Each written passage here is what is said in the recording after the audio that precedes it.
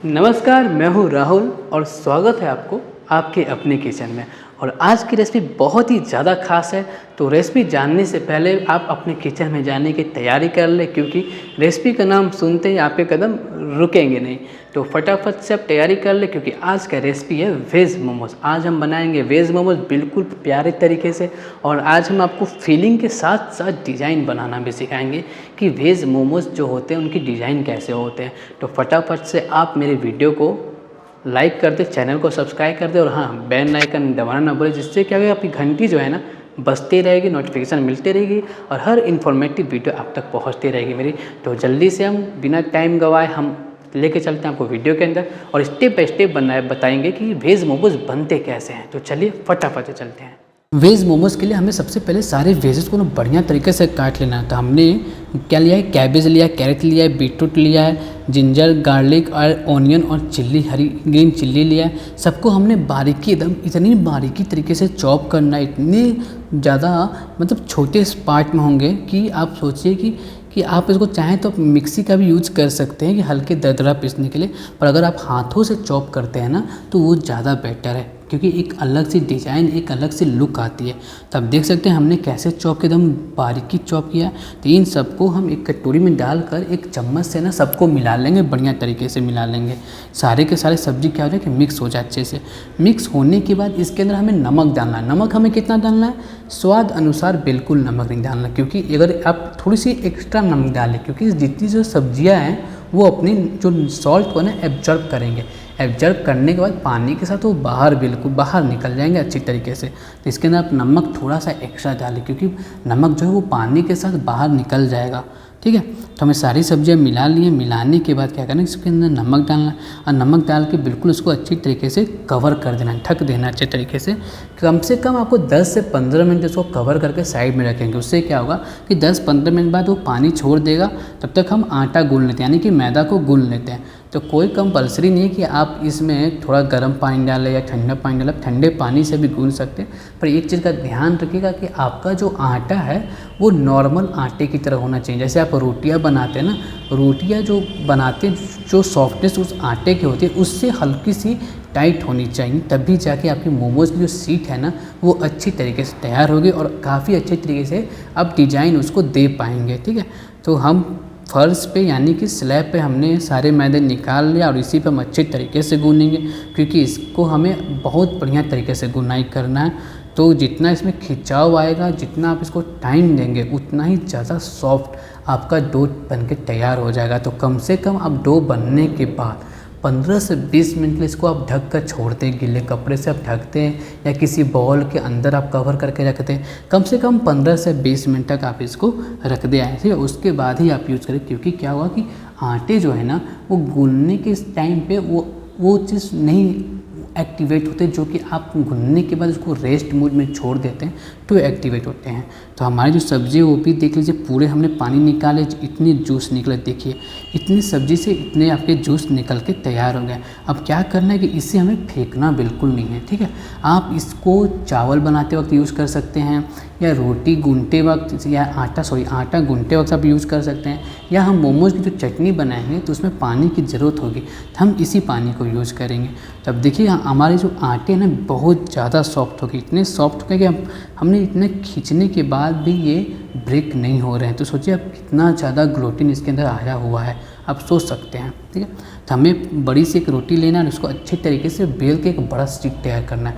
अगर एक बार में आपको ज़्यादा मोमोज के सीट अगर तैयार करने हो तो आप एक बार में बड़ी सी सीट तैयार कर लें, यानी कि बड़ी सी रोटी बेल लें और फिर एक कटोरी की मदद से या ग्लास की मदद से, जिसकी शार्पनेस ज़्यादा हो और जिसकी जो साइज़ है वो थोड़ी बड़ी हो, उससे आप इसके साइज़ को बिल्कुल काट लें। तो फिलहाल आप रोटी को ध्यान से रखें कि रोटी जो है ना हर तरफ से एकदम पतली बेलनी चाहिए। अगर थोड़े मोड़े भी मोटे होते हैं ना तो बाद में वो गुठलिया जैसी बन जाती है, तो वो बिल्कुल सही नहीं लगता। देखिए हमारी जो रोटी है ना वो बन के बिल्कुल तैयार है। तो हम थोड़ा सा पाउडर यानी कि मैदा का छिड़काव करेंगे, ताकि हमारा जो सीट होगा, मोमोज़ के जो सीट निकलेंगे वो एक दूसरे में चिपके नहीं, और हम एक ग्लास की मदद से अच्छी तरीके से पूरा सीट तैयार कर लेंगे काट कर, क्योंकि जितने इसमें निकलेंगे 4 से 5 तो एक बार में आपके निकल के तैयार हो जाते हैं।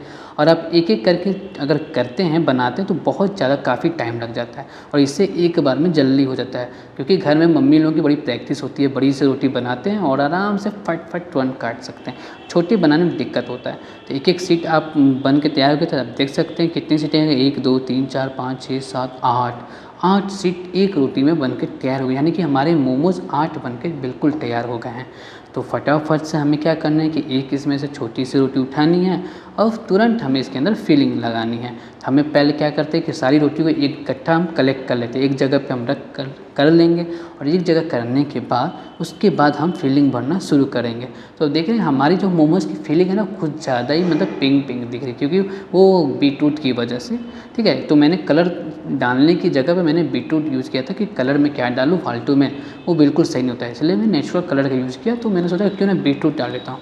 तो 1 चम्मच इसके अंदर आपको डार्क सोया सॉस जाएगा, थोड़ा सा ग्रीन चिल्ली डाल लीजिए। अगर आपको हल्की सी स्वीटनेस पसंद है तो आप इसके अंदर टोमेटो केचप ऐड कर सकते हैं 1 से 1.5 चम्मच। अब ब्लैक पेपर तो कंपल्सरी है, वो जाएगा ही जाएगा। तो सबको हमें अच्छे से मिला लेना और याद रखिए अब आपको इसके अंदर नमक बिल्कुल नहीं डालना, क्योंकि जितने नमक हमने उस टाइमिंग पे डाले थे हमारे जो वेजेस हैं वो उस सॉल्टी को एब्जॉर्ब कर रखे हैं अपने अंदर। अगर आप इस वेजेस को अगर आप कच्चा खाते हैं तो आपको सॉल्टी सॉल्टी लगेगा। अगर आप चाहते हैं कि आपको थोड़ा सा ओवर कुक पसंद है मोमोज़, तो आप क्या कीजिए कि अपने जो वेजेस हैं ना जो आप चॉप किए हैं, हल्का सा पैन में इसको हल्की सॉटे कर दीजिए। अगर हल्की से सॉटे कर देते हैं तो आपकी जो वेजेस है ना वो कम से कम 50% आपके बॉयल हो जाएंगे और जो 50% आपको कुक मोमोज़ के टाइम पे कुक होते वक्त बॉयल हो जाएंगे। पर मेरे को क्या है ना कि ऐसे ही पसंद है, क्योंकि जो ट्रेडिशनल जो बनते हैं, जो पुराने तरीके से बनते हैं वो ऐसे ही बनते हैं, उनके लिए ओवर कुक पहले से नहीं करना पड़ता, तो ऐसे ही बनते हैं। तो एक आप सीट लीजिए, यानी कि एक छोटी सी रोटी लीजिए और उसमें क्या कीजिए कि आप सेंटर पे, उसके सेंटर पे अपनी फिलिंग को भरिए। ठीक है, 1 चम्मच अपनी फिलिंग को भरिए, क्योंकि आपकी हमारी जो सीट है ना वो बहुत छोटे हैं, इसको हम स्मॉल में काउंट करेंगे, मीडियम में भी काउंट नहीं करेंगे। तो ठीक है, और अगल बगल आप थोड़े से पानी को ग्रीस कर दीजिए, क्योंकि मैदा क्या है पानी की मदद से बहुत जल्दी चिपकते हैं। तो आप इसको पहले इस तरीके से फोल्ड कीजिए, एकदम हाफ मून की तरह, चंद्रमा की तरह फोल्ड कर दें। और फोल्ड करने के बाद जो ये कॉर्नर है ना, दोनों कॉर्नर पे हल्की हल्की पानी मिलाएं और दोनों को एक दूसरे में ले जाके बिल्कुल इस तरीके से चिपका दें। इससे क्या हुआ, देखिए आपकी एक अलग सी शेप बन के बिल्कुल तैयार हो गई मोमोज़ की। देखिए इतनी प्यारी सी शेप बनी हुई है ना। ऐसे आपके हर सारे मोमोज़ बिल्कुल इसी तरीके से बन के तैयार हो जाएंगे। ये हमारा पहला डिज़ाइन है। ठीक है, दूसरे शेप हम कैसे तैयार करेंगे, वापस से वही हम काम करेंगे। सेंटर पे फिलिंग को रखेंगे। ठीक है, फिलिंग रखने के बाद चारों तरफ से उसको अच्छे से सेट करके अच्छे से पानी का ग्रीसिंग कर देंगे और ग्रीसिंग करने के बाद इसे भी हमें हाफ मून की तरह कवर करना, पर चिपकाना बिल्कुल नहीं, क्योंकि डिज़ाइन हमें वहीं से शुरू होने वाली है।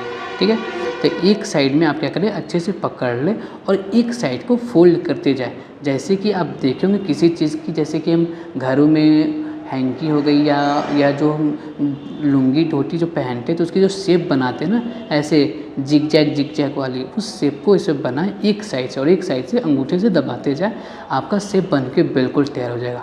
अगर आपको डाउट लग रहा तो आप हल्का सा स्किप करके, पीछे बैक स्किप करके आप वापस से वीडियो को देख लीजिएगा, क्योंकि इसी तरीके से बनेगा और काफ़ी ईजी है। 1-2 बार आप प्रैक्टिस करेंगे ना तो आपकी सारी मोमोज बिल्कुल अच्छे तरीके से इसी तरीके से बन के तैयार हो जाएगी।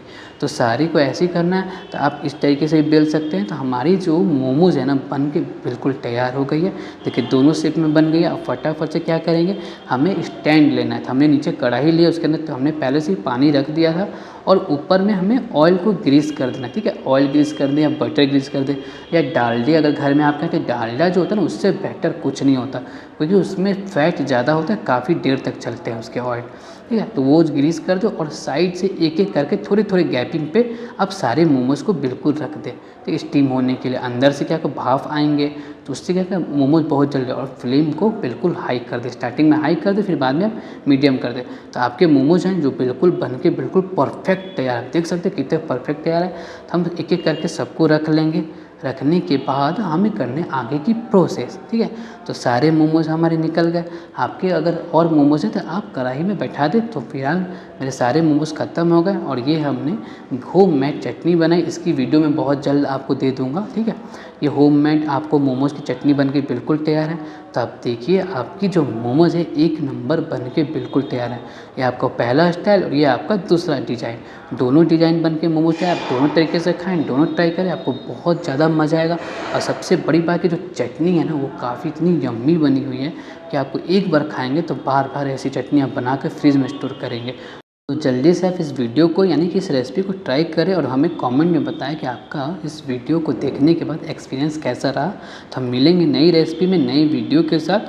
तब तक के लिए हम चलते हैं। राधे राधे, जय श्री कृष्ण। आप अपना ख्याल रखिएगा और हाँ, इस मोमोज़ को ज़रूर बनाइएगा और अपने घर वालों और बच्चों को भी ज़रूर खिलाइएगा। हम मिलेंगे नई रेसिपी के साथ नए वीडियो में।